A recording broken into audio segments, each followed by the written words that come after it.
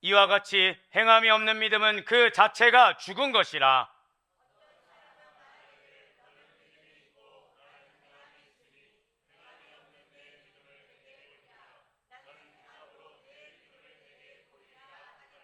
내가 하나님은 한 분이신 줄을 믿느냐? 잘 아는도다. 귀신들도 믿고 떠느니라.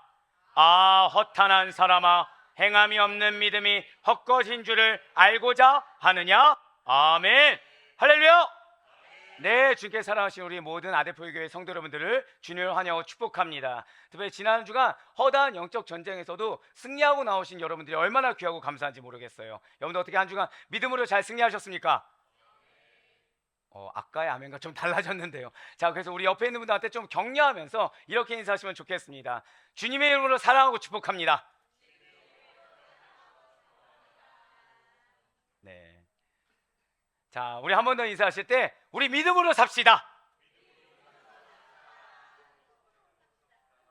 자, 우리 한 번 더 인사하실 때 우리 믿음으로 승리합시다. 네, 그렇습니다. 지금 공통된 단어를 계속해서 넣었는데요. 지금 이 자리에 예배하러 나오신 여러분들은 믿음이 있습니다. 예, 아까의 아멘과 확실히 달라졌는데요, 지금. 네, 맞습니다. 믿음이 있기 때문에 이 자리에 예배하러 나오신 거고, 정확히 말씀드리면 내가 나가고 싶다고 해서 나올 수 있는 것이 아니에요. 하나님께서 초청하셨고 그 초청에 내가 알게 모르게 아멘으로 응답했기 때문에 우린 이 자리에 있을 수가 있는 것입니다.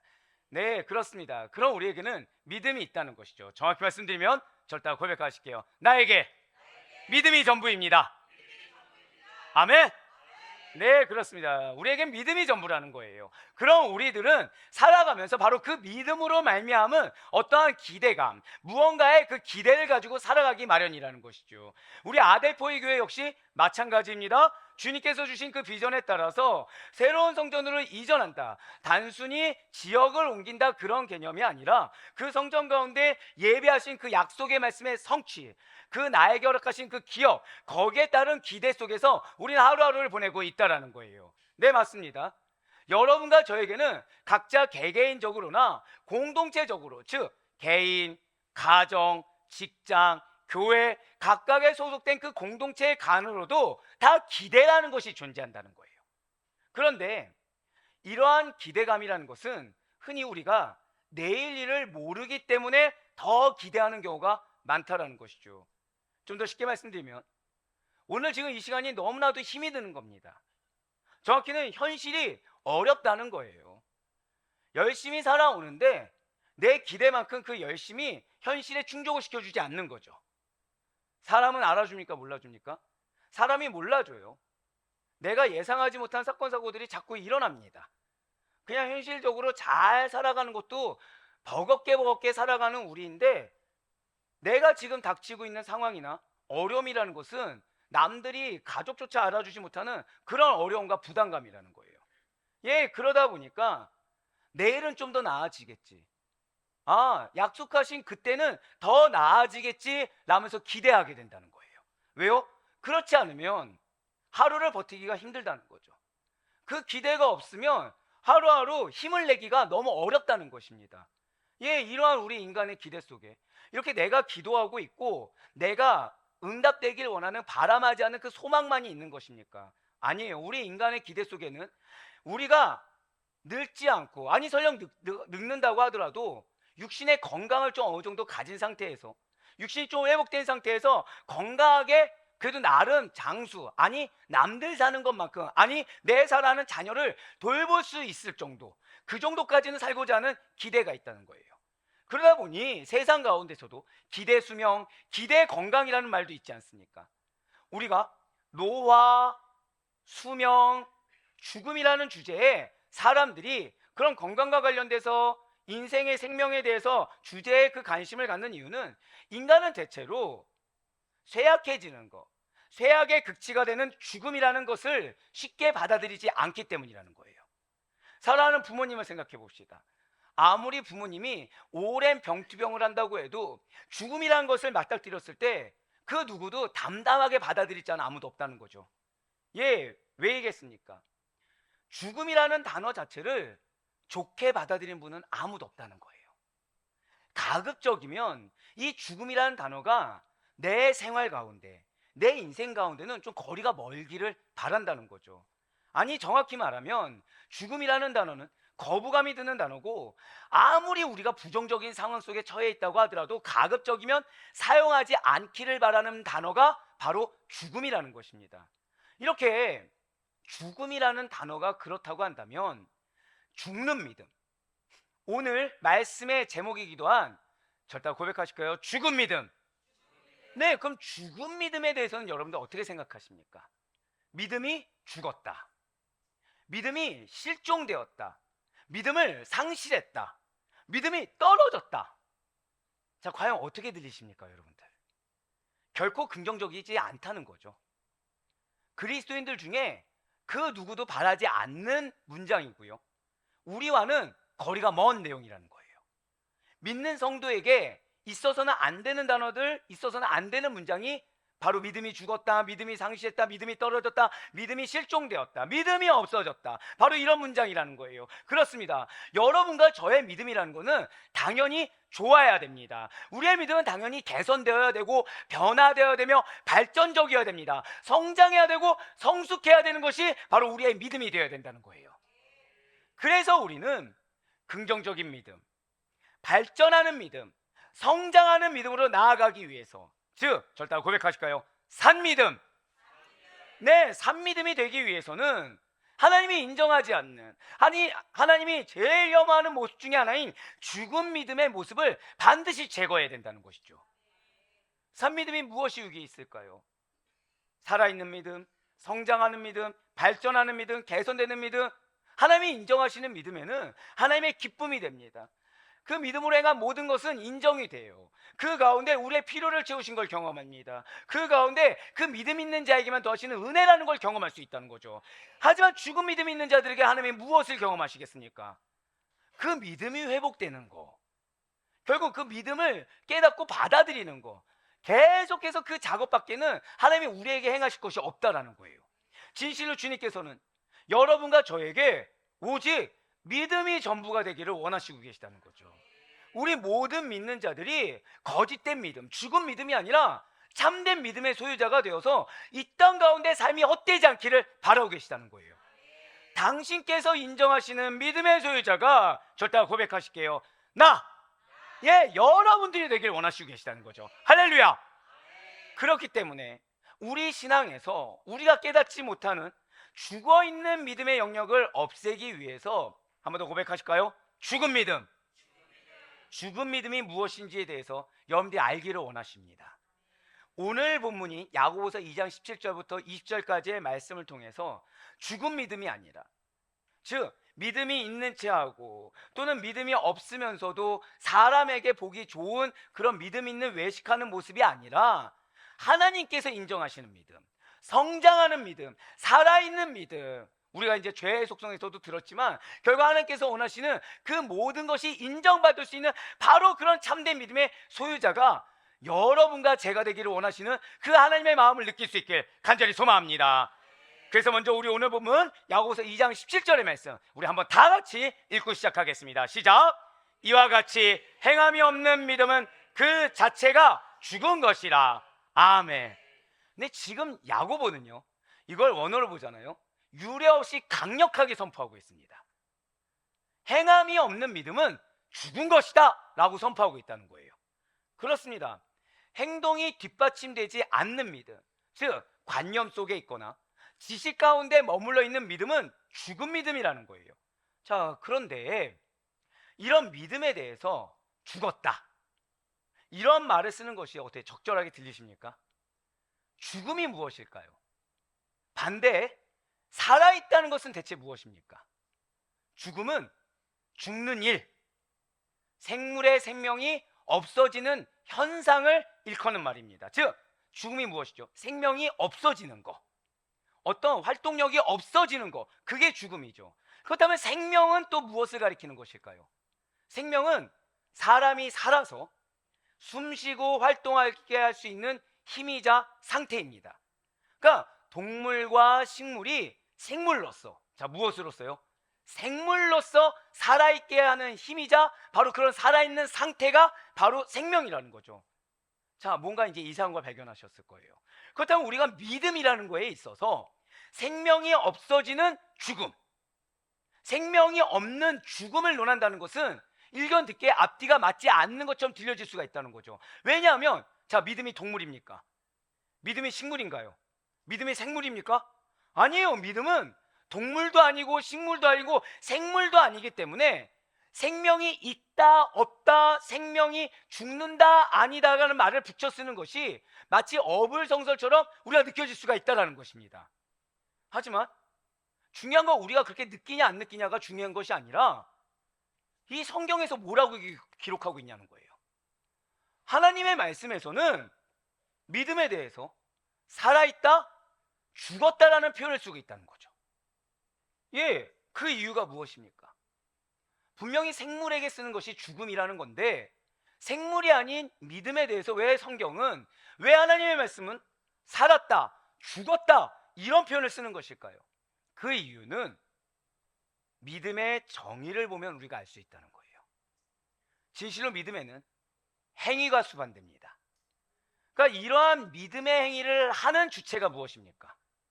믿음의 행위를 하는 주체가 살아있는 사람이라는 거죠. 그렇기 때문에 믿음을 죽었다, 살았다라고 표현할 수 있다는 거예요. 우리는 지난 주일에 믿음이 무엇이냐라는 질문에 대해서 믿음은 관념이나 생각, 지식, 상상에 머무는 것이 아니다라는 것을 알게 되었어요. 그래서 믿음은 실제로 많은 믿음의 선진들이 보여주었고요, 우리의 삶의 현장에서 그 믿음의 증거들이, 모습들이 보여질 수 있는, 증명될 수 있는 실천의 영역까지, 자, 절대 고백하실까요? 실천의 영역. 네, 믿음은 실천의 영역까지 확장되어야 된다. 그 실천으로 증거가 되어야 된다는 것을 알 수가 있었다는 거죠. 즉 우리가 어떤 사람에게 참 믿음이 좋습니다, 정말 믿음의 본이 됩니다 라고 말할 때 단순히 그 사람의 외형이 믿음이 좋아 보이는 어떠한 느낌이나 비슷한 추측이 아니라 실제로 그분이 행하는 그런 모습에서, 행하는 삶에서 보여준 믿음의 실천, 행동을 보면서 이야기한다는 거예요. 그러니까 누군가의 믿음이 좋다, 무엇을 보고 얘기한다고요? 그 사람의 믿음의 실천, 그 사람이 얼마 믿음을 삶 가운데 증명하는지, 그 모습 가운데 믿음이 있는지 없는지를 보여주고 있는지를 통해서 우린 이 사람이 믿음이 있다 없다, 또는 이분은 정말 믿음이 좋아, 이분은 정말 본받을 만한 믿음을 가졌어 라고 그렇게 이야기를 한다는 거예요. 그런 의미에서 믿음이 라는 거에 있어서, 믿음에 있어서 행동이 뒤따르지 않는 믿음, 어떤 증명되지 않는 믿음이라는 것은 참다운 믿음이 아니라는 거죠. 그렇기 때문에 나는 은혜 없이는 아무것도 못합니다, 나는 아무것도 모릅니다, 나는 그런 말을 들을 만한 좋은 믿음 좋은 사람이 아닙니다 라는 그런 겸손해 보이는 말 뒤에 우리는 그들이 아무리 포장하고 감추려고 한다고 해도 결국은 자신의 행함 없는 믿음을 드러낼 뿐이라는 것을 캐치할 수가 있다는 거예요. 많은 세상에 있는 사람들이 그리스도인으로서 상처받는 경우들이 있습니다. 왜일까요? 말로는 교회 다닌다, 말로는 믿음이 있노라고 하면서 실제 생활과 삶에서는 그 믿음이 증명되지 않고 있다는 거죠. 여러분들 반드시 기억하셔야 됩니다. 믿음은 교회 안에서 보이는 게 믿음이 아닙니다. 죄송하지만 믿음은 여러분들 삶의 터전에서 증명이 돼야 됩니다.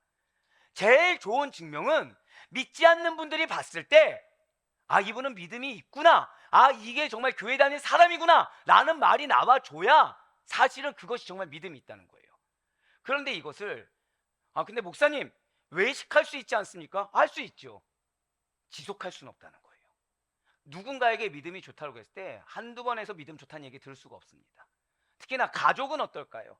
가족은 한두 번 한다고 해서 그 믿음이 있다 없다 이것을 함부로 판단하지 않습니다. 일생을 보면서, 긴 기간을 보면서 증명되게 된다라는 것이죠.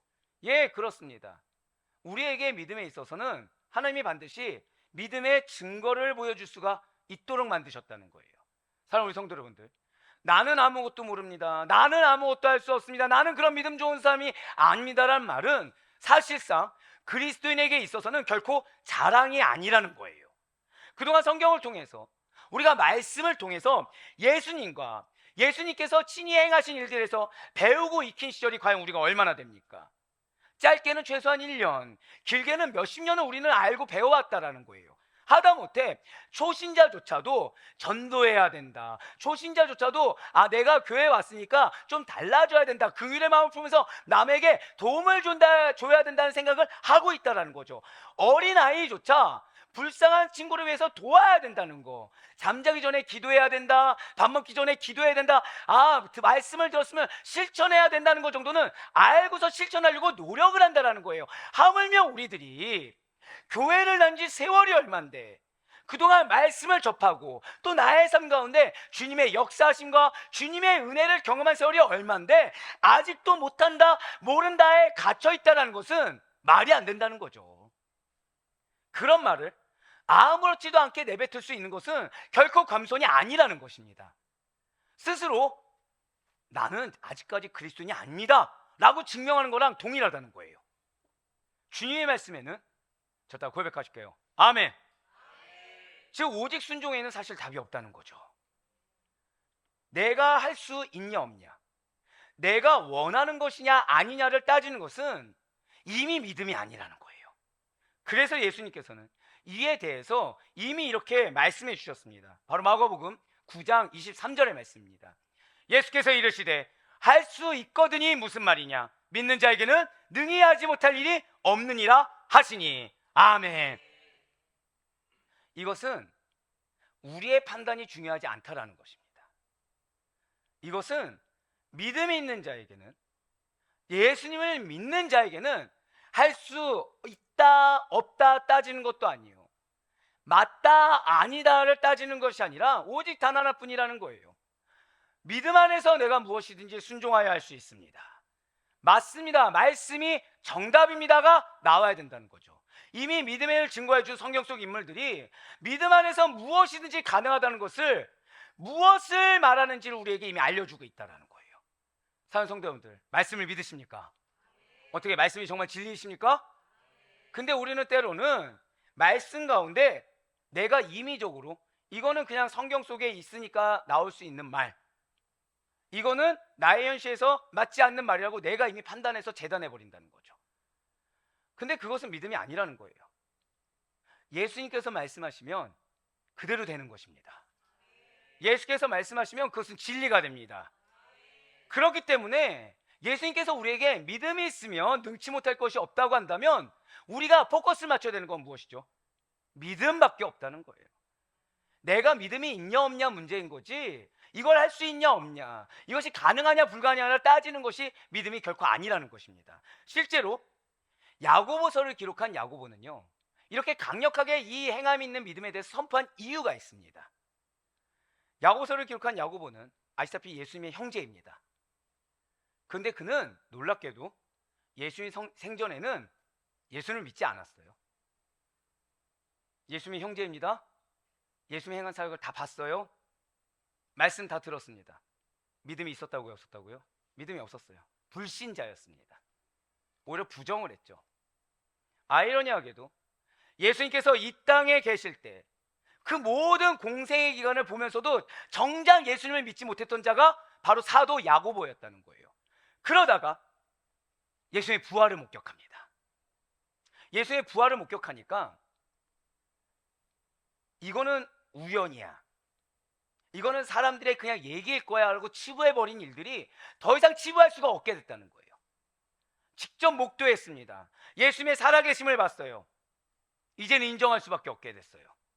그는 부활을 목격한 후에 진실된 믿음을 갖게 됐다는 거죠. 불신자에서 진정한 믿음이 무엇인지를 경험했다는 것입니다. 그러고 보니까 스스로가 이제 경험한 거죠. 자기가 믿지 않았을 때의 모습과 정말 믿음이 있을 때 모습을 보니까 믿음이 정말 실제구나. 믿음은 능히 할 수 있는 일이 정말 많구나.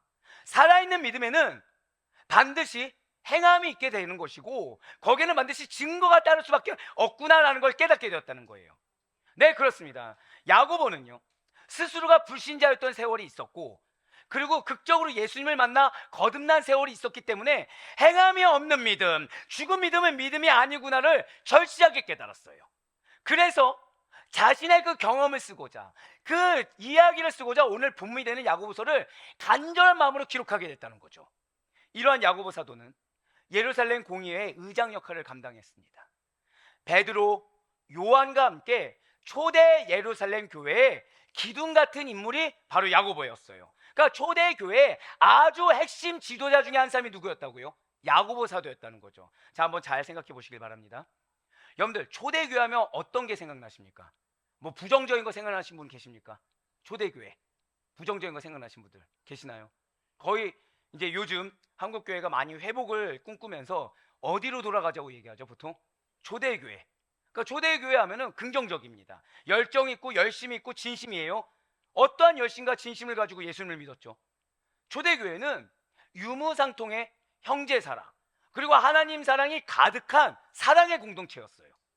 예수님께 배운 그대로 하나님만을 먼저 사랑하고 그 가운데 형제 사랑을 실천하는 교회가 초대교회였다는 거죠.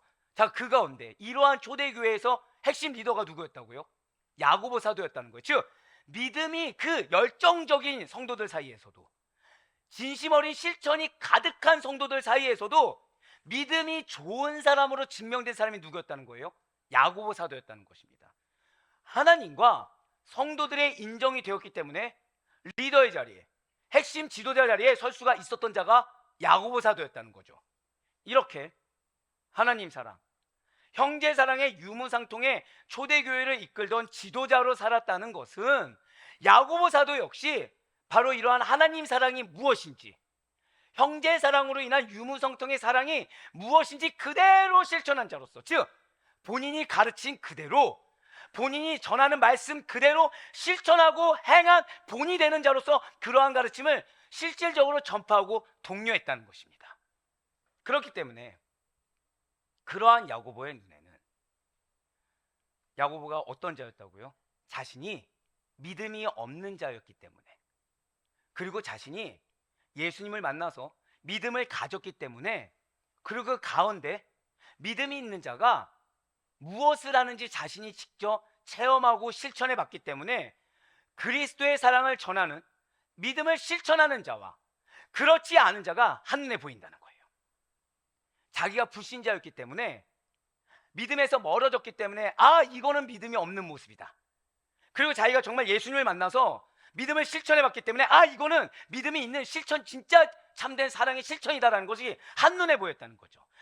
그렇습니다. 행함이 없는 자들의 믿음 없는 모습, 행함이 있는 척하는 자들의 믿음 없는 모습이 정말 그것이 문제가 있다는 것을 누구보다 잘 아는 자가 바로 야고보 사도였다는 거예요. 사랑하는 아데포유교회 성도 여러분들, 여러분과 저는 그리스도입니다. 그럼 우리 그리스도인은 어떤 자입니까? 예수님을 믿는 자예요. 근데 이 믿음에는 그냥 단순히 나 예수님 믿습니다 끝나는 자들이 아니라는 거죠. 예수님께서 가르치신 말씀을 실천하는 자, 예수님께서 하신 그대로를 실천해 보이며 증거하는 주님의 제자들이 바로 그리스도입니다. 믿으십니까? 즉 여러분과 저는 예수 그리스도를 믿는 그리스도인, 정확히는 예수 그리스도를 증거하는 그리스도인이 바로 여러분과 저의 정체성이라는 거예요.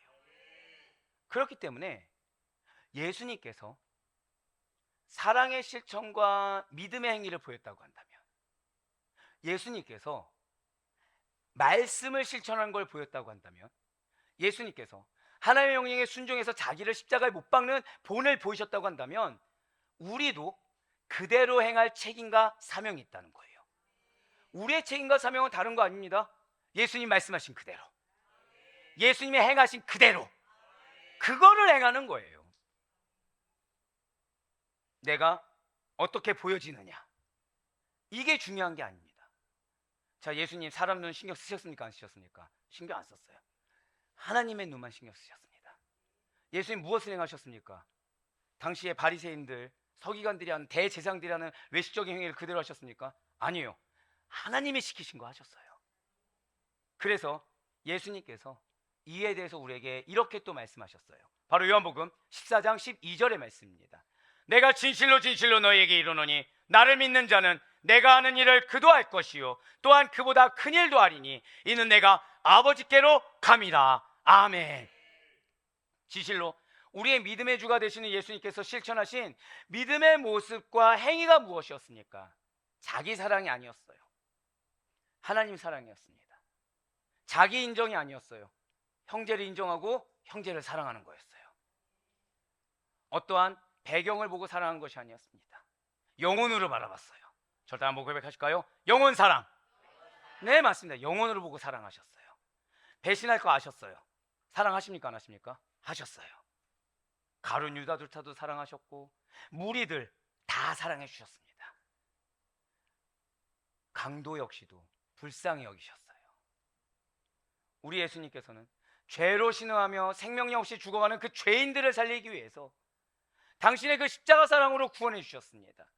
아픈 자를 고쳐주셨어요. 병든 자를 낫게 하셨습니다. 죽은 자를 살리셨어요. 천국 복음을 선포하시사 죄와 사망에서 건진받을 수 있도록 회개를 과감히 요청하셨습니다. 진실로 예수님께서는요 스스로 본이 되는 사역을 하셨고 날이 새도록 기도하시며 사역의 시작과 끝은 반드시 하나님께 나아가는 기도로 여시고 기도로 맞춰주셨어요. 죄 지은 자 용서하셨습니다. 원수 사랑하셨어요. 하나님의 말씀이 최우선인 삶을 사셨으며 내가 피곤하냐 아니야 이것 따지지 않으셨습니다. 나의 계획, 나의 생각, 나의 뜻이 아니라 오직 단 하나 하나님의 뜻, 그분의 계획만이 가장 우선시되었다는 거죠.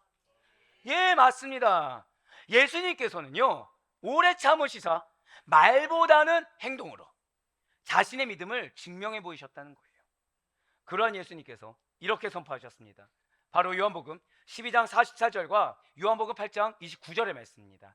예수께서 외쳐 이르시되 나를 믿는 자는 나를 믿는 것이 아니요 나를 보내신 이를 믿는 것이며 나를 보내신 이가 나와 함께 하시는도다. 나는 항상 그가 기뻐하신 일을 행함으로 나를 혼자 두지 아니하셨느니라. 아멘. 지금 예수님 뭐라 말씀하십니까? 누구 믿으라고 하시나요? 예수님 보내신 분이 누구십니까? 하나님 믿으라고 하고 있어요. 그런데 중요한 것은 예수님이 누가 기뻐하신 일을 했다고요? 예, 맞아요. 내가 기쁜 일이 아니라 하나님이 기뻐하신 일을 했어요. 그랬더니 무엇이라 하십니까? 나를 혼자 두지 아니하셨다다. 그렇습니다. 주님께서는 여러분과 함께하고 싶어 하십니다. 여러분들이 등을 돌리는 그 상황에서도 여러분들 등 뒤에서 사랑의 세레나데로 여러분들을 초청하고 계십니다. 근데 그러기 위해서 지금 예수님 뭐라 말씀하시나요? 내가 기뻐하는 일 말고 주님이 기뻐하시는 일, 하나님이 기뻐하시는 일을 행해야 된다는 거예요. 그러면 여러분과 함께 하시는 예수님을 경험케 하시는 것입니다. 우린 모두 다 은혜를 사모합니다. 우린 모두 다 축복을 사모해요. 우린 모두 다 응답이 간절합니다. 자, 은혜를 주시는 분이 누구십니까? 우리에게 축복을 주시는 분이 누구십니까? 예, 우리에게 응답을 주신 분이 누구신가요? 그럼 그분이 기뻐하신 일을 하면 된다는 거예요. 그럼 그분이 나를 알아주길 원한다고 한다면, 나를 다 아신다고 하지만 정말 나를 다 아신 걸 체감하기 위해서는 제일 먼저 무엇을 경험해야 됩니까? 나와 함께 하신 하나님을 경험해야 된다는 거예요. 그러기 위해서 우리는 무엇을 해야 된다고요? 하나님이 기뻐하신 일을 행해야 된다는 거예요. 지금 예수님 그거 말씀하신 겁니다. 예수님께서는 자신을 이 땅에 보내신 하나님을 믿어야 된다. 다른 걸 믿는 것이 아니라, 절대 고백하실게요. 나는 하나님을 믿습니다. 예, 하나님을 믿어야 된다는 거예요. 그리고 스스로도 항상 예수님이 먼저 자신과 함께 하시는 하나님을 의식했어요. 이걸 우리 뭐라고 하죠? 한 번 더 고백하실까요? 코람데오. 예, 맞아요. 예수님조차도 하나님과 동등 되신 분이신데 이 땅에 연약한 육신의 몸으로 입고 오셨을 때 무엇의 본이 되셨다고요? 코람데오의 본이 되셨어요. 그러면서 하나님이 기뻐하시는 믿음의 행동만을 하셨다는 거죠. 이러한 예수님의 하나님에 대한 믿음은 그분의 공생의 기간 동안 증명이 됐습니까? 안 됐습니까? 증명됐다는 거예요. 우리는 그것을 잊지 말아야 된다는 거죠. 왜요? 여러분과 저는 그리스도인이거든요. 여러분과 저는 그런 예수님을 믿는 하나님의 나라의 백성이고, 그 예수님을 믿는다는 것은 그분이 걸어가신 길을 우리도 똑같이 걸어가야 될 무엇이 있다고요? 책임이 있는 자들이기 때문인 것입니다. 예, 맞아요. 그리고 예수님의 하나님에 대한 믿음이 증명된 삶을 역시 또 한 명이 기억하고 있어요. 누구입니까? 야고보 사도라는 거예요. 그래서 그 역시도 그런 예수님만을 본받는, 그래서 그가 사는 내내 순교 전까지 오직 믿음만을 증명하는 삶을 동일하게 살았다는 것이죠. 어떻게 하면 하나님이 기뻐하시는 것인가? 무엇을 하나님이 지금 기뻐하시는 것인가? 그걸 따졌다는 거예요. 결코 야고보는 내가 예수님의 형제인데 따지지 않았습니다. 결코 야고보는 내가 예수님을 오래 알았는데 따지지 않았어요. 야고보의 뭐가 가장 중요했다고요? 저따 고백하실게요. 지금 하나님이 나를 기뻐하시는가? 그거 따졌다는 거예요. 항상 그것만을 바라봤다는 것입니다. 야고보서를 쓸 당시의 상황은요, 처참합니다. 초대교회라고 해서 다 좋은 것은 아니에요. 사실 처참한 상황입니다. 자신의 신앙을 합리화합니다. 믿음에 합당한 실천을 하지 않는 자들로 가득 차기 시작했어요. 로마 제국과 유대교회, 그리스도교회에 대한 시련과 핍박이 거세게 되었습니다. 그러자 거세게 되니까 하나로 똘똘 뭉친 것이 아니라 외부의 외압에 이제 사랑으로 하나 된 교회 공동체가 점점 금이 가기 시작했다는 거예요. 예수님만을 믿고 신앙생활하는 환경이 지금 힘들어지게 됐습니다. 그렇게 되니까 어떻게 됩니까? 그렇게 서로 사랑하고 섬겨주던 초대교회 안에 어느 순간 서로를 향한 비난이 난무하게 됐어요. 서로를 정죄하면서 온갖 루머로 비판하기 시작한 것입니다. 가난한 자를 무시합니다. 차별하는 문화가 틈탔어요. 갑자기 당파를 짓기 시작합니다. 그 가운데 순수한 신앙을 오염시키는 세상의 소리, 인간의 소리가 불어닥치기 시작했어요. 믿음이 우선시 되던 때는 공안 쪽도 나눠 먹던 그 교인들이, 늘 항상 감사하고 기뻐하던 그 교인들이 거센 신앙을 위협하는 그 유혹과 시험의 바람이 불게 되니까 그들의 마음에 서늘한 풍파가 불기 시작했다는 거죠. 하나님만 보였습니다. 영혼만 보였어요. 그냥 그 공동체 안에 있는 걸로 만족했습니다. 근데 갑자기 내 여건이 보이기 시작하는 거예요. 힘든 환경이 신앙보다 더 중요해지기 시작한 겁니다. 그래서 나를 힘들게 하는 상황, 나도 힘든데 그런 나에게 도움을 바라는 상황, 그 자체를 못 견디는 겁니다. 누가 달라고 한 적도 없는데 괜히 이제 남에게 더 이상 베풀 수 없다는 자신의 처지를 보니까 이제 한숨이 나오기 시작했다는 거예요. 그러니까 가난한 자들을 보니까요, 돕긴 도와야 하는데 그러지 못하는 자신이 믿기도 하고 싫어지기도 한다는 거예요. 아이러니하게도 그것을 인정하기 싫다 보니까 이 미움의 대상을 타자 정죄하기 시작했다는 거죠. 타겟팅을 합니다. 원색 비난이 난무해요. 서로가 서로를 비난하는데 누가 더 잘못했다, 누가 더 못하고 있다, 누가 더 믿음이 없다, 누가 더 신앙이 안 좋다, 그냥 도토리 키재기를 당시 하고 있다는 거예요. 유무상통하던 자들이, 한 영혼이 소중하던 자들이 이제 가난한 성도를 보고 연약한 성도를 보면서 무슨 생각이 드는 겁니까? 저 사람만 없으면 내가 교회 생활하는데 조금 더 부담이 될 텐데, 내 재산 이제 내놓을 것도 없는데 저 가난한 사람만 없어도 내 재산 내놓지 않고 좀 지킬 수가 있는데 왜 저 사람은 저렇게 또 섬겨서 나를 부담스럽게 하는 거야? 아니, 교회는 그냥 예수 믿고 말씀 보면 되지, 이런 생각들을 왜 하는 거야? 이런 말도 안 되는 생각들을 꺼내놓는 것입니다. 이 사람만 없었어도, 이 사람 때문에, 이 교회 일 때문에. 지금 여기가 어디라고요? 이게 초대교회였다는 거예요. 왜 유대교로 넘어갔는가? 왜 신앙을 버렸는가? 그 이유가 무엇이었다고요? 사람 때문에. 그 이유가 무엇이었다고요? 사역 때문에. 이게 초대교회의 상황이었습니다. 그렇습니다. 초대교회 성도들은 실제로 당시 로마 역사와 그리고 히브리 역사를 보잖아요. 실제 이런 것들로 지쳐갔어요. 스스로가 지쳐갑니다. 스스로가 지쳐가는 것에 대해서 다른 사람을 지쳐가게 만들어요. 스스로가 지쳐가요. 교회를 지쳐가게 만들어요. 거센 시련이 계속 불어닥치니까 계속 지쳐갔다는 거예요. 그러다 보니까 교회가 편합니까, 안 편합니까? 이제 안 편해지기 시작해요. 어디로 갈까요? 안 편해지니까 세상으로 갔어요. 이제 세상과 타협하기 시작합니다. 개 중에는 세상으로 아예 떠나기가 마음이 어려우니까 세상의 것을 이제 드리기 시작한다는 거죠. 초대교회 내에서도 급격하게 세속화되어가는 모습들이 나타나기 시작한다는 겁니다. 아예 교회를 로마 제국화하는 거예요. 점점 성도들끼리. 그러다 보니까 자꾸 싸우고 다툽니다. 신앙을 지키려는 자와 세속하려는 자와 떠나려는 자, 세 부류로 싸우고 다툰다는 거죠. 분쟁을 일으키는 성도들이 점점 늘어갑니다. 어떤 성도들은 내 것은 내가 지키자, 이 정도 헌신했으면 됐어, 이제 내 소유 내 자리 좀 지키자라는 악한 마음을 품고 자기 뜻과 계획대로 세속의 부를 축적하며 위치를 지키는데 관심을 집중합니다. 사람에게 인정받는데 관심을 집중해요. 자, 이런 모습을 누가 다 보고 있습니까?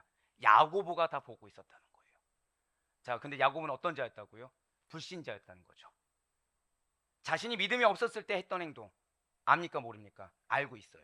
믿음이 있을 때 했던 행동 알고 있습니까 모르고 있습니까? 알고 있어요. 안타까운 마음이 드는 거예요. 이건 믿음이 아닌데, 이거는 내가 불신자였을 때 행했던 일들인데, 이건 내가 믿음이 없을 때 행했던 생각과 마음이고 행동인데 라는 마음이 딱 든 거죠. 안타까운 마음이 드는 거예요. 뭐가 가장 급합니까? 믿음의 회복이 가장 급한 거예요. 그런데 이제 엎친 데 덮친 격이 생깁니다. 바로 그 즈음에 사도 바울이 전한 이신득이의 가르침이 초대교회 성도들 사이에서 퍼지기 시작했다는 거예요.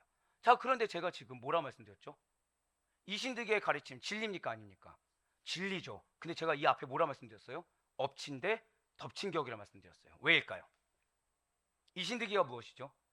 오직 예수님만을 믿는 믿음으로 말미암아 의롭다 칭함받아 구원을 받는다. 자, 행위가 필요합니까 안 필요합니까? 필요하지 않다라는 거죠. 예, 맞아요. 죄인에게 예수님을 믿는 믿음만 있으면 구원받는다. 예, 너무 중요한 가치죠. 귀한 진리입니다. 문제는 이 진리를요 오해하는 자들이 생겼다는 거예요. 예수님만 믿고 천국 가는 길에 오직 믿음만 있으면 된다는 것이 마치 우리의 믿음에 합당한 실천이 없어도 된다는 것으로 오해했어요. 이신득의 교리를 잘못 이해해서 하나님께서 우리에 대해 예수님을 믿는 그것을 의롭다고 여겨주시고 인정해 주시기만 하면 되는 것이지, 지금 이렇게 유무상통하는 거 다 필요 없다, 형제사랑 다 필요 없다, 내가 내 믿음만 있으면 된다, 우리가 믿는다는 행위나 실천을 한다고 해서 인정받는 거 아니다 라는 잘못된 생각을 가졌다는 거예요. 근데 정확히는 그들은 잘못 이해하고 싶었다는 거죠. 왜냐하면 그들은 지금 믿음에 합당한 실천이 없어서 세속화되어가던 자신들의 신앙 합리화하기를 원했다는 거예요. 그래서 분명한 진리에 대해서, 그 놀라운 귀한 진리에 대해서 자기 입장에 맞춰서 왜곡해서 해석해버렸다는 것입니다. 잘못 적용해버렸어요. 하지만 사랑하는 성도 여러분들, 행위가 없는 믿음은 공허합니다. 구체적인 실천이 결여된 믿음은 헛것이라는 거예요. 믿음의 실천이 아니라 나를 위한 실천 역시도 헛됩니다. 입술로는 나는 예수님을 믿습니다 라고 신앙 고백을 하긴 하는데, 정작 그에 따른 신앙의 열매는, 하나님께서 인정하시는 열매는 전혀 아무것도 맺고 있지 못하다라고 한번 생각해 보시길 바라요. 그러한 자의 신앙은 매우 공허할 수밖에 없다는 거죠. 그렇기 때문에 행함이 없는 믿음은 죽은 믿음이라는 거예요. 그리고 그러한 믿음으론 죄송하지만 결코 구원에 이르지 못한다는 것입니다. 야고보가 이렇게 얘기하고 있어요. 야고보서 2장 14절의 말씀입니다. 내 형제들아, 만일 사람이 믿음이 있노라 하고 행함이 없으면 무슨 유익이 있으리요? 그 믿음이 능히 자기를 구원하겠느냐. 아멘. 우리는 사실 이 말씀의 증거를 허다하게 지금 보고 있는 이 세상 속에 살고 있습니다. 왜 교회 때문에, 정확히는 교회 다니는 사람 때문에 실족하는 사람들이 생기는 것입니까? 이유는 하나예요. 그분에게 입술로는 교회 다닌다는 믿음이 있다고 하는데 그분의 행위를 봤을 때는 실망할 만한 행위가 있다는 거죠. 그분의 행동과 언행을 봤을 때는 마음이 어려워지는 것들이 허다하다는 거예요. 지금 그 얘기하고 있는 겁니다. 어떤 사람이 저는 믿음이 있어요 라고 고백하고, 저는 교회를 다녀요 고백하고, 그 믿음에 따른 성도로서 따른 행함이 없다고 한다면 그 사람이 고백한 믿음이라는 것은 결코 구원받을 수 있는 참된 믿음이 아니라는 거죠. 저 따라 고백하실게요. 믿음과 행함, 예, 그것은 일치돼야 된다는 거예요. 나를 위한 행함이 결코 아닌 것입니다. 나의 종교심, 나의 니즈를 채우기 위한 행함이 아니라는 거예요. 어떠한 이득을 위한 행함도 아닌 것입니다. 참된 믿음이 있는 사람은요, 예수님께서 말씀하신 최고의 법인 하나님 사랑, 이웃 사랑의 원리에 따라 행한다는 거죠. 자, 하나님 사랑, 이웃 사랑에 나라는 사람이 있습니까 없습니까? 없어요. 나를 위한 사랑이 아닙니다.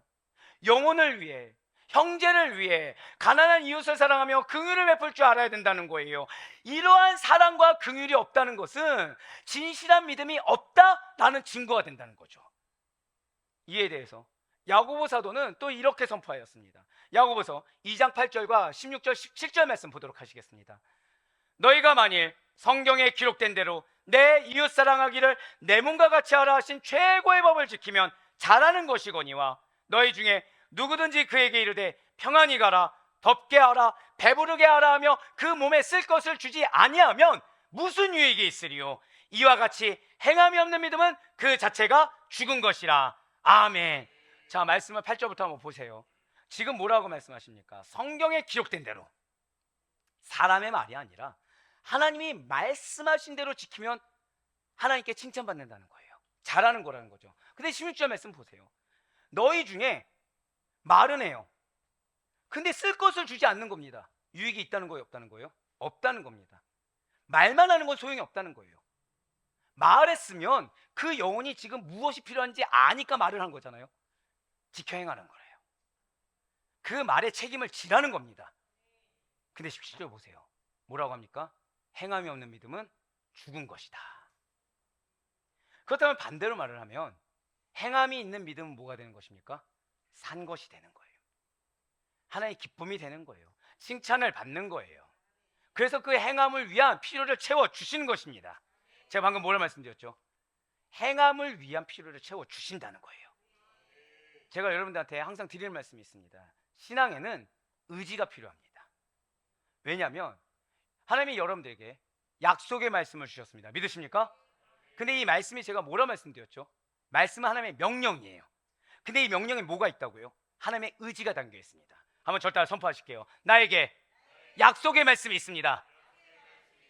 이에 따른 하나님의 의지가 있습니다. 할렐루야. 그걸 믿으셔야 돼요.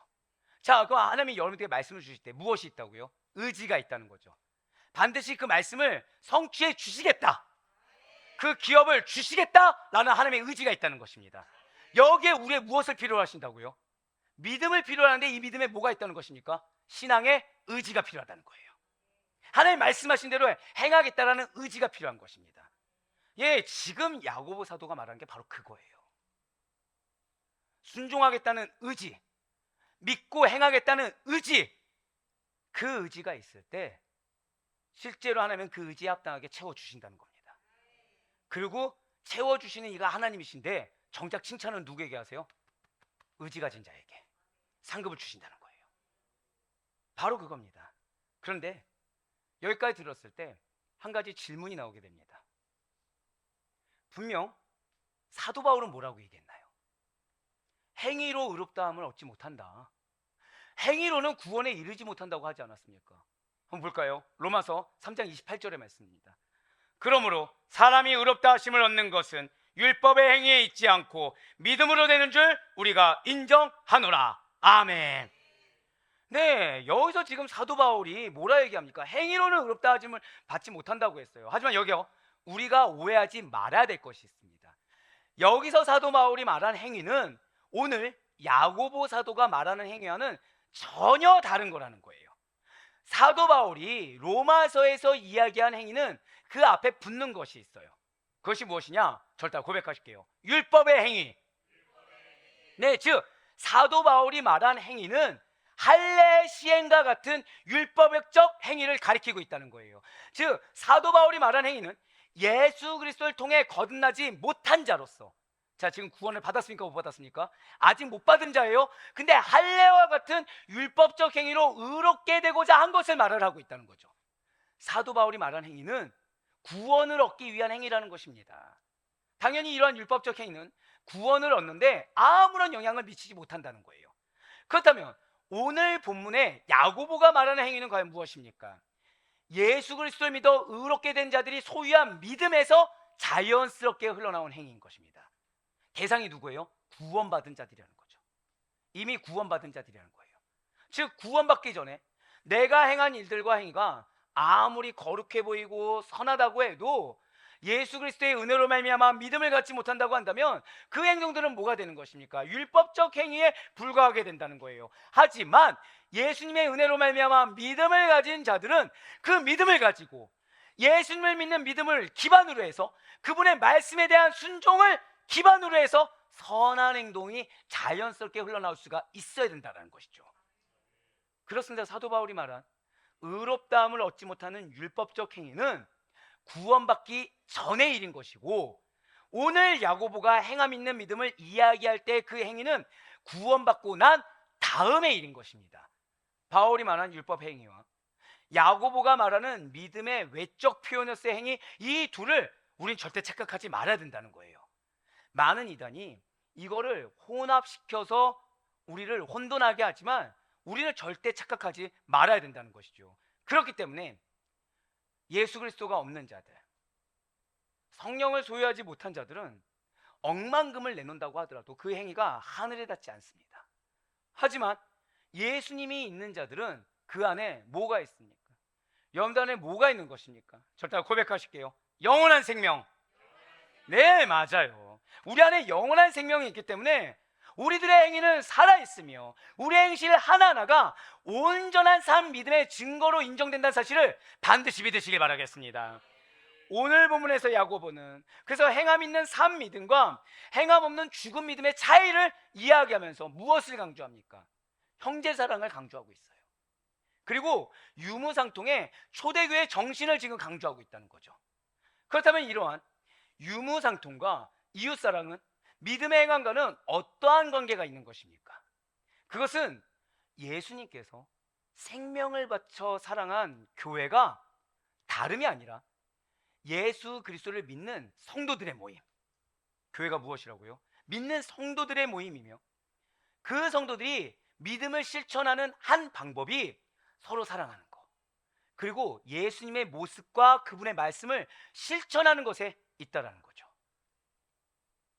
성도들이 믿음을 실천하는 방법이 무엇이라고요? 서로 사랑하는 것, 그리고 예수님이 말씀하신 것을, 그러한 예수님의 모습을 실천하는 그 모습에 있다라는 거예요. 그렇기 때문에 유무상통, 이웃의 형제에 대한 사랑, 이것은 믿음의 행함과 관계가 있다는 것입니다. 진실로 예수님을 믿는 믿음이 있는 자들은 교회 공동체 내에 있는 지체들과 한 몸을 이루며 그들의 고통을 나의 고통으로 합니다. 가난한 자를 돌봐요. 예수 그리스도의 사랑을 나누기에 힘쓰게 된다는 것이죠. 다른 것을 나누지 않습니다. 한 번 더 고백하실까요? 주님의 사랑. 네, 맞아요. 주님의 사랑을 나누기에 힘쓴다라는 거예요. 이에 대해서 예수님께서는 이미 이렇게 말씀하셨습니다. 마태복음 10장 42절과 마태복음 25장 40절의 말씀입니다.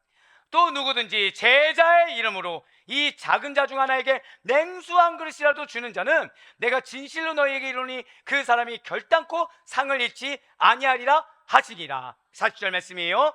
임금이 대답하여 이르시되 내가 진실로 너희에게 이르노니 너희가 여기 내 형제 중에 지극히 작은 자 하나에게 한 것이 곧 내게 한 것이니라 하시고 아멘. 사랑하는 성도 여러분들, 믿음은 단순히 기도하고 말씀을 보는 행위에만 있지 않습니다. 기도하고 말씀을 보고 믿는 자답게, 무엇이라고요? 기도하는 자답게, 말씀을 보는 자답게, 그 말씀을 믿는 자답게 주님께서 붙여주신 교회 공동체 일이 나의 일이 되고 공동체의 일원이 당한 일이 나의 일이 되며 그 가운데 성령의 음성에 순종해서 내가 할 일을 스스로 찾아내서 해냄으로 말미암아 또는 순종함으로 말미암아 진정성 있는 믿음을 드러낸다라는 거예요. 만약에 지금 교회 공동체가 당한 일을 나 몰라라 하거나 교회 형제의 자매의 일이 나의 일이 아니라고 생각한다고 한다면 그는 믿음이 없는 자며 엄밀히 말하면 그리스도인이라고 할 수가 없다라는 거죠. 그래서 야고보는 성도는 어떤 자라는 거예요? 믿음을 증거하는 자다. 믿음의 행위를 보이라 라고 지금 말을 하고 있다는 거예요. 오늘 보면 야고보서 2장 18절부터 20절까지의 말씀입니다. 어떤 사람이 말하기를 너는 믿음이 있고 나는 행함이 있으니 행함이 없는 내 믿음을 내게 보이라. 나는 행함으로 내 믿음을 내게 보이리라 하리라. 내가 하나님은 한 분이신 줄을 믿느냐? 잘하는도다. 귀신들도 믿고 떠느니라. 아, 허탄한 사람아, 행함이 없는 믿음이 헛것인 줄을 알고자 하느냐. 아멘. 지금 뭐라고 하죠? 너의 믿음을 내게 보이라. 너의 믿음을 형제에게 증거하라. 무엇입니까? 눈앞에 보이도록 가시적으로 드러내 보이라는 거예요. 누구 바라보면서요? 하나님 바라보면서. 하나님이 나에게 붙여준 영혼이기 때문에, 하나님이 나에게 허락한 공동체이기 때문에 증명해 보이라는 겁니다. 하나님을 믿는다는 것은 관념이 아닙니다. 하나님을 믿는다는 것은 지식이 아니에요. 하나님을 믿는다는 것은 이걸로 멈춰 있지 않습니다. 하나님의 뜻을 그대로 실천하는 행동, 믿음의 행위가 나타나는 거예요. 물론 어렵죠. 근데 제가 항상 드리는 말씀이 있습니다. 어렵지만 불가능한 것이 아니에요.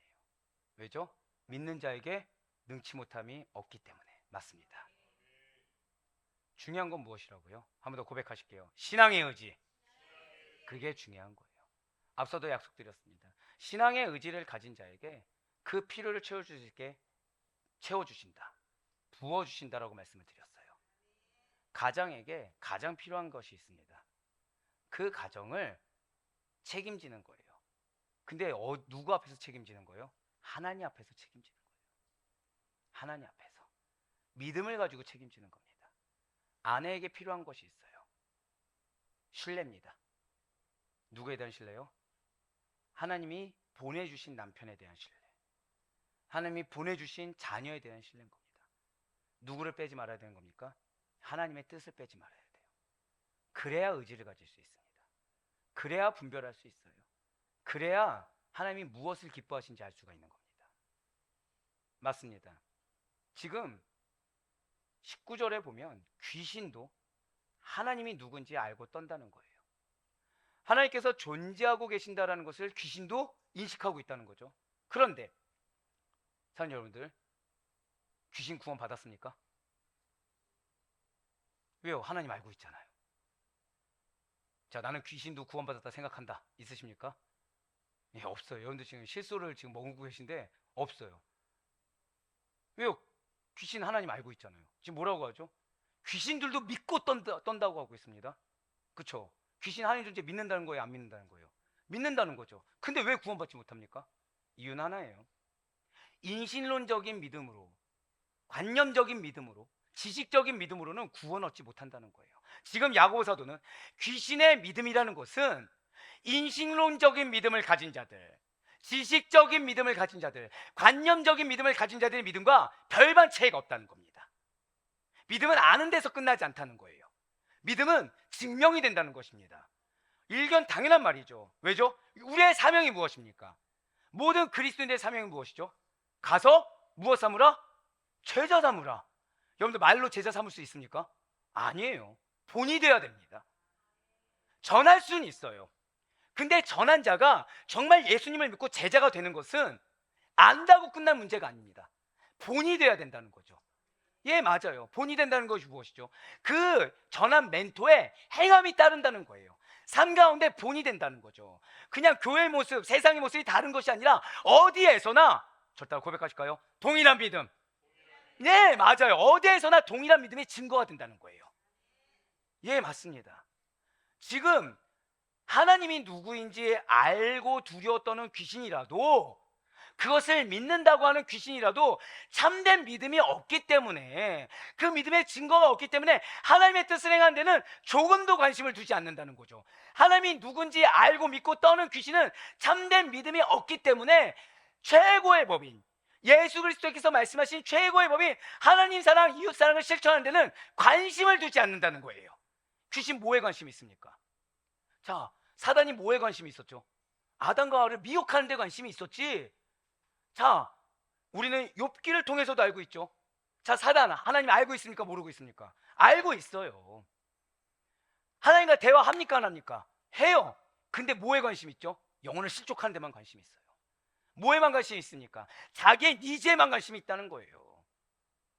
하지만 우리는 다릅니다. 우리는 사단에게 미혹된 자들이 아니에요. 저다 고백하실까요? 나는 그리스도입니다. 맞아요. 우리는 아는 데서 끝나는 자들이 아니라 말씀을 실천하는 자들입니다. 하나님 말씀하신 하나님 사랑과 이웃 사랑의 실천에 관심을 두는 자들이지, 나한테 관심을 두는, 사탄처럼 나한테 관심을 두거나 영혼의 실족을 위해서 목표를 두는 자들이 결코 아니라는 거예요. 이 세상을 만드신 하나님께서 우리 죄인들을 구원하시기 위해서 독생자 예수 그리스도를 보내주셨습니다. 그리고 예수님께서는 여러분과 저를 사랑하셔서 우리 죄를 대신 짊어지고 십자가에서 죽으셨어요. 그래서 구원받은 우리가 그러한 그리스도의 사랑을 실천하면서 살아야 되는 것입니다. 그것이 살아있는 믿음입니다. 자, 이러한 선포에 여러분들 지금 뭐라고 답하셨나요? 아멘이라고 답답하셨어요. 그래요? 목사님, 저 알고 있어요. 모르는 거 아닙니다. 근데 그게 지금 내 삶에 무슨 소용이 있습니까? 무슨 영향이 있을까요? 난 지금 더 시급한 게 있어서 나랑은 아무 상관없습니다 라고 응답하실 분이 없다라는 거예요. 우리 아까 그 선포에 우리의 대답은 무엇이었죠? 아멘이었어요. 사로 아데포의 교회 성도 여러분들, 바로 그겁니다. 오늘 본문에서 야고보 사도는 믿음이 삶의 행위로 자연스럽게 이어지지 않고 있는 자들이 갖고 있는 믿음의 허구성, 정확히는 자신이 불신자였을 때 가지고 있던 동일한 모습을 가진 자들을 맹렬히 공격하고 있습니다. 앞서 말씀드렸듯이 오늘 본문은요, 굉장히 강력하게 얘기하고 있어요. 솔직히 말씀드릴까요? 내용이 더 신랄합니다. 사실은 연구하면 연구할수록 내용이 더 처절해요. 오늘 본문 야고보서 2장 20절 말씀 다시 한번 더 보시길 바래요. 아, 허탄한 사람아, 행함이 없는 믿음이 헛것인 줄을 알고자 하느냐. 아멘. 이게 무슨 말씀일까요? 영적인 부요가 없는 헛된 자요, 행함이 없는 믿음, 증거가 안 되는 믿음, 열매가 없는 믿음이 무슨 문제가 있는지도 모르고 살아가는 이 무익한 자들아, 이렇게 지금 외치고 있다는 거예요. 지금 야고보 사도는요, 제발 행없는 믿음이 죽은 믿음이라는 걸 깨달아서 멸망에 가지 말고 빨리 회개하고 돌이켜서 믿음을 가지는데, 참된 믿음을 가지는데 포커스를 두고 빨리 구원의 길로 돌이켜라, 지금 그렇게 촉구하고 있다는 거죠. 진실로 우리는요, 아무런 행위의 공로가 없이 오직 믿음으로 그 은혜로 말미암아 구원을 받은 자들입니다. 우리의 칭의, 즉 최초로 믿게 된 그 다니엘서 사건에는요, 어떠한 행위가 영향을 주지 못한다는 것을 우린 너무나도 잘 알고 있다는 거예요. 그렇다면 예수님을 믿고 난 후에는 어떻게 해야 되는 것입니까? 믿음이 성장해야 돼요. 나에게서 머물러 있으면 안 됩니다.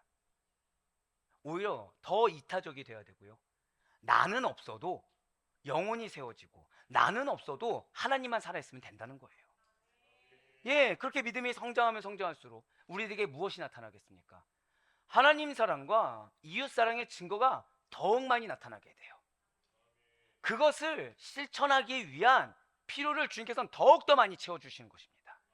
있는 자는 어떻게 돼요? 더 있게 되는 거예요. 그래서 없는 자는 더 어떻게 돼요? 더 없게 되는 것입니다. 그러니 예수님을 믿는 믿음으로 말미암아 예수님께서 실제로 보여주시고 몸소 가르쳐주신 말씀의 순종함으로 말미암아 믿음의 행함을 나타낼 수 있는 여러분과 제가 되길 간절히 소망합니다. 그러한 믿음의 행함으로 여러분들의 살아있는 믿음, 산 믿음을 증거할 수 있길 간절히 바라요. 그래서 히브리서 기자는 오늘 우리에게 이렇게 약속해주고 있습니다. 히브리서 11장 33절의 말씀입니다. 그들은 믿음으로 나라들을 이기기도 하며 의를 행하기도 하며 약속을 받기도 하며 사자들의 입을 막기도 하며. 아멘. 이 약속의 말씀을 잊지 마시길 바라요. 이 약속의 말씀이 우리의 삶이 된다는 것을 믿으시길 바랍니다. 사랑 우리 아데포교회 성도 여러분들, 진실로 행함이 없는 믿음은 쓸모없는 믿음, 죽은 믿음입니다. 헛된 거예요. 해봤자 소용이 없는 겁니다. 열매를 맺지 못하고 생산적이지 못한 믿음은 쓸모없는 믿음, 죽은 믿음이라는 거죠. 믿음은요, 행함으로 완전해지는 것입니다. 이거를 유물론적인 사고관에 의해서 또 왜곡해서도 안 돼요. 우리 오늘 초대교회가 얼마나 악해질 수 있는지를 봤어요. 초대교회는 이신득이의 진리조차 왜곡할 수 있었습니다. 사단은요, 우리가 말씀을 올바로 받아들이지 못하게 많은 미혹을 할 것입니다. 하지만 우리 철저하게 하나님만 봐야 돼요. 철저하게 성령의 내주하신 그 음성에 따라 움직여야 됩니다. 철저하게 그 말씀 가운데 그대로 실천할 수 있어야 된다는 거예요. 무엇이죠? 믿음에 무엇이 필요하다? 의지가 필요해요. 그 믿음의 의지는 예수님을 믿는 우리들의 삶 속에서 구체적으로 드러날 수밖에 없습니다. 어떠한 모양으로든 드러날 수밖에 없어요. 자기 부인의 모습이든 필요를 채워주든 사랑을 행하든 어떠한 모습으로든 증거될 수밖에 없어요. 그러니 정말 바라고 얻기는 하나님께서는 지금 여러분들에게 예비하신 약속의 말씀을 이미 주셨습니다. 그럼 우리에게 지금 다른 거 원하지 않으세요. 지금 우리에게 바라시는 것은 오직 단 하나, 살아있는 믿음입니다. 살아있는 믿음이고 그 믿음의 증거를 보이라는 거예요. 믿음의 증거, 죄송하지만 돈으로 보여주는 거 아니에요. 믿음의 증거, 물질로 보여주는 거 아닙니다. 여러분들의 삶의 변화예요. 여러분들의 인식의 변화입니다. 야고보 사도가 예수님을 만나고서 변화되었어요. 변화됐을 때 무엇이 보였다고요? 죽은 믿음과 산 믿음이 보였어요. 무엇이죠? 관점이 달라져요. 관점이 달라집니다. 그런데 내가 이전과 동일하다. 그러면은 빨리 돌이켜야 되는 거예요. 근데 내가 바뀌었다. 1%도 변화됐다. 할렐루야 외쳐야 돼요. 왜요? 하나님은 1%로 100%를 만드십니다. 그 1% 한 걸음이 어려운 것이지 그 한 걸음부터는 쉬운 거라는 거예요. 그러니 우리의 나아가는 모든 길 위에 이 선한 믿음의 향기와 그 삶이 짙게 들어질 수 있길 간절히 소망합니다. 나에게 매여 있는 것이 아니라 사람에게 매여 있는 것이 아니라 하나님께 매여 있길 바라요. 하나님께 매여 있다고 한다면 아이러니하게도 내가 중요하지 않습니다. 하나님께 매여 있다고 한다면 아이러니하게 나보다 더 중요한 것들이 생기게 돼요. 그 가운데 진실로 너가 살아있는 믿음을 증명한 참된 나의 백성이다. 너가 정말 나의 뜻을 이루는 그 영원 사랑, 하나님 사랑을 실천할 자이다. 그래서 너의 필요를 내가 채워준다라는 약속을 받고 주님의 인정과 칭찬을 받을 수 있는 우리 살아가는 모든 성도님들, 무엇보다 저따 마지막으로 선포하실까요? 나는 살아있는 믿음의 소유자입니다. 아멘. 그 선포대로 의지를 갖고 한 걸음 내딛는 그 한 걸음이 놀라운 변화의 열매를 볼 수 있는, 놀라운 그 산 믿음의 증거를 볼 수 있는 우리 사랑하는 성도님들의 평생의 삶이 될 수 있기를 주님의 이름으로 간절히 축원합니다.